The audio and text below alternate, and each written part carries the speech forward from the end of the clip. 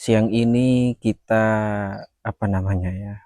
sebagai petani dikagetkan dengan datangnya hujan yang belum waktunya, terutama bagi petani tembakau yang saat ini sedang merajuk, sedang sedih karena beberapa hari ini hujan turun tepat ketika musim panen tembakau.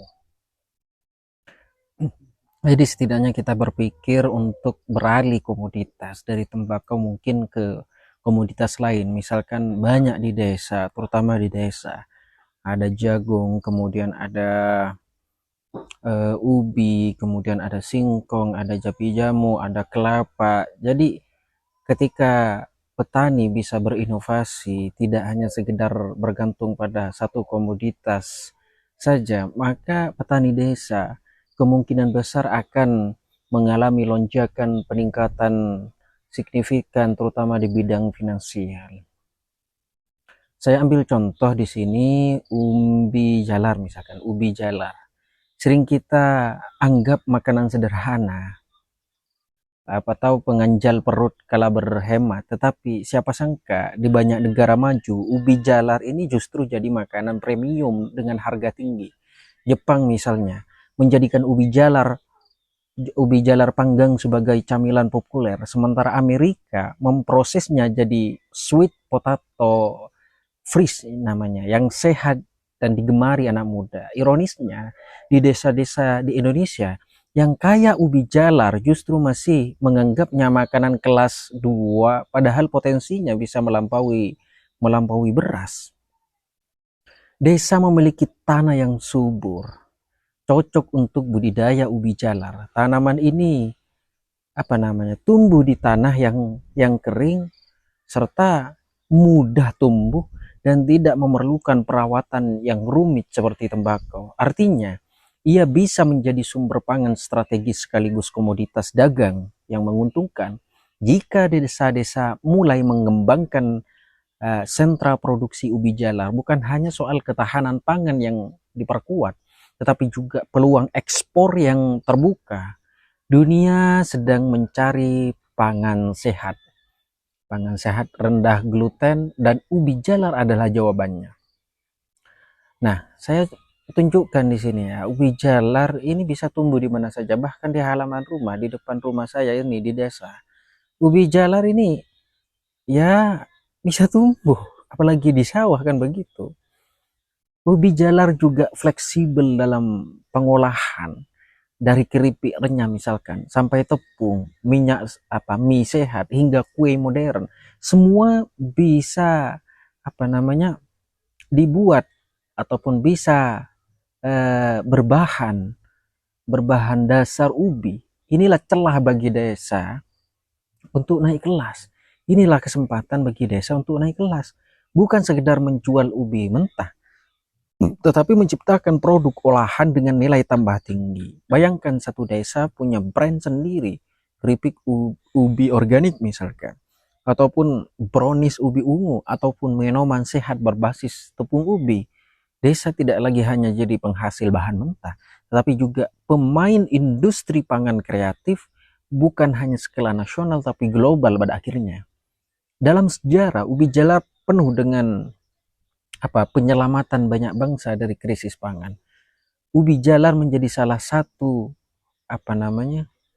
penyelamat dari krisis pangan pada dulunya. Saat padi gagal panen, ubi jalar hadir sebagai penopang hidup.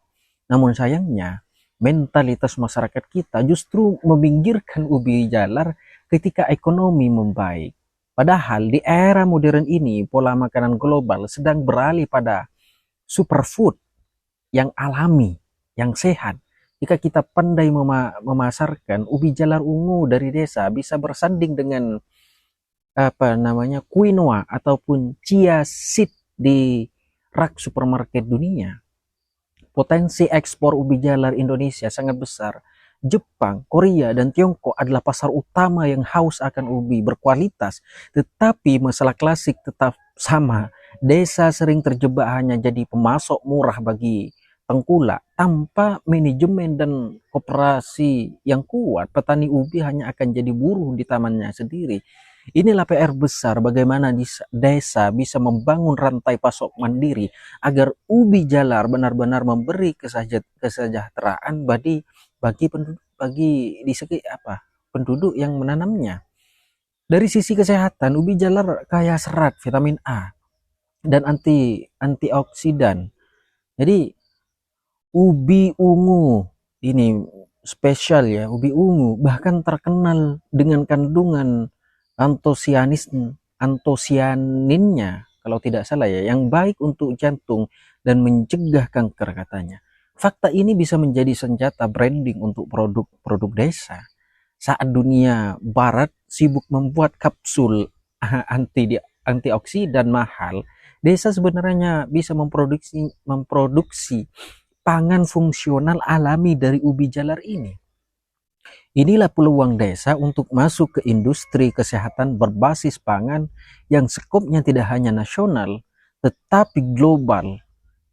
Bayangkan jika desa-desa penghasil ubi jalar bisa membuat ekowisata berbasis pangan.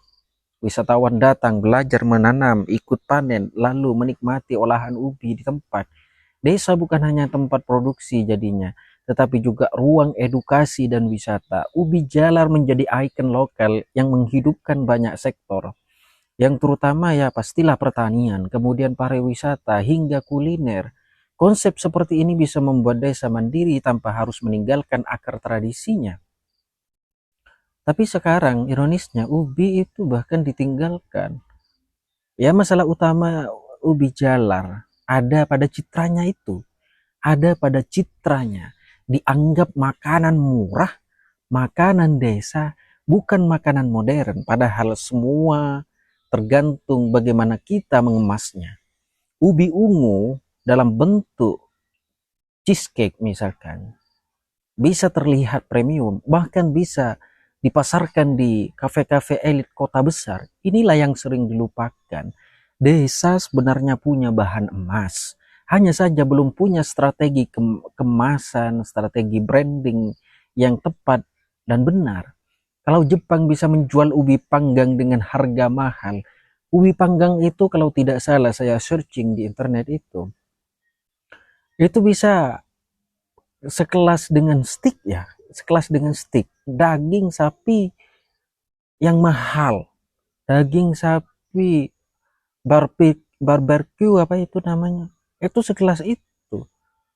Nah mengapa kok bisa kan begitu, mengapa kok malah ditinggalkan di desa pertanyaannya. Dalam konteks geopolitik pangan, ubi jalar bisa jadi senjata bahkan dunia menghadapi ancaman krisis pangan akibat perubahan iklim. Tanaman tahan kering seperti ubi jalar bisa menjadi solusi masa depan jika desa-desa Indonesia mengembangkan ubi jalar dalam skala besar. Misalkan kita tidak hanya menjaga ketahanan pangan nasional yang seperti digembor-gembongkan oleh Bapak Presiden kita saat ini yaitu Pak Prabowo, ketahanan pangan dan semacamnya, tapi juga dengan ubi jalar ini juga bisa jadi penyelamat regional. Desa dengan ubi jalar bukan lagi objek pembangunan pada akhirnya, tapi aktor penting dalam peta pangan dunia global.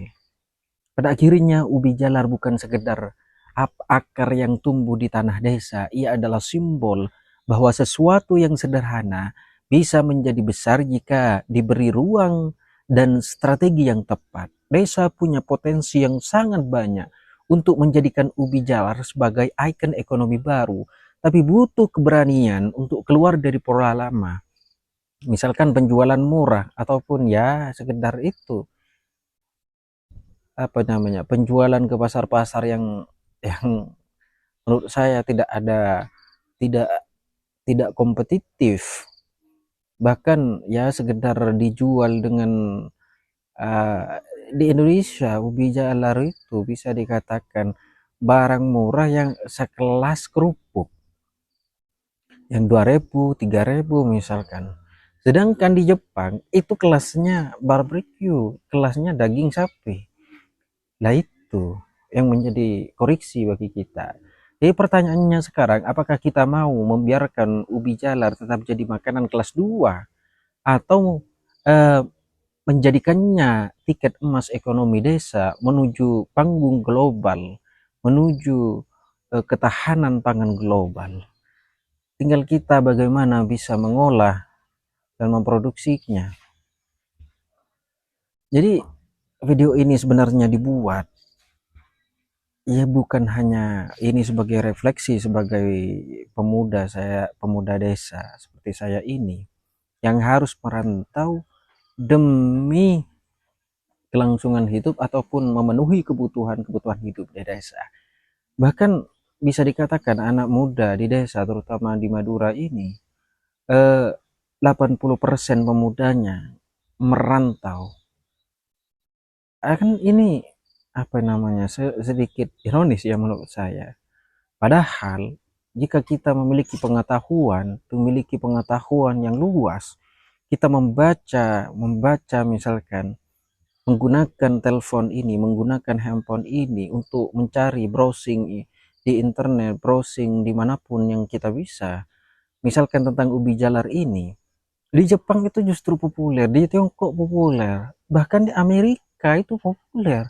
Tetapi di Indonesia, ubi jalar menjadi semacam ya kalian bisa pikirkan sendiri, bisa bayangkan sendiri di desa-desa kalian ataupun di tempat-tempat kalian ubi jalar itu tidak sama sekali tidak berharga. Ada yang 1.000 cuman harganya per kilo atau bahkan lebih murah Rp500.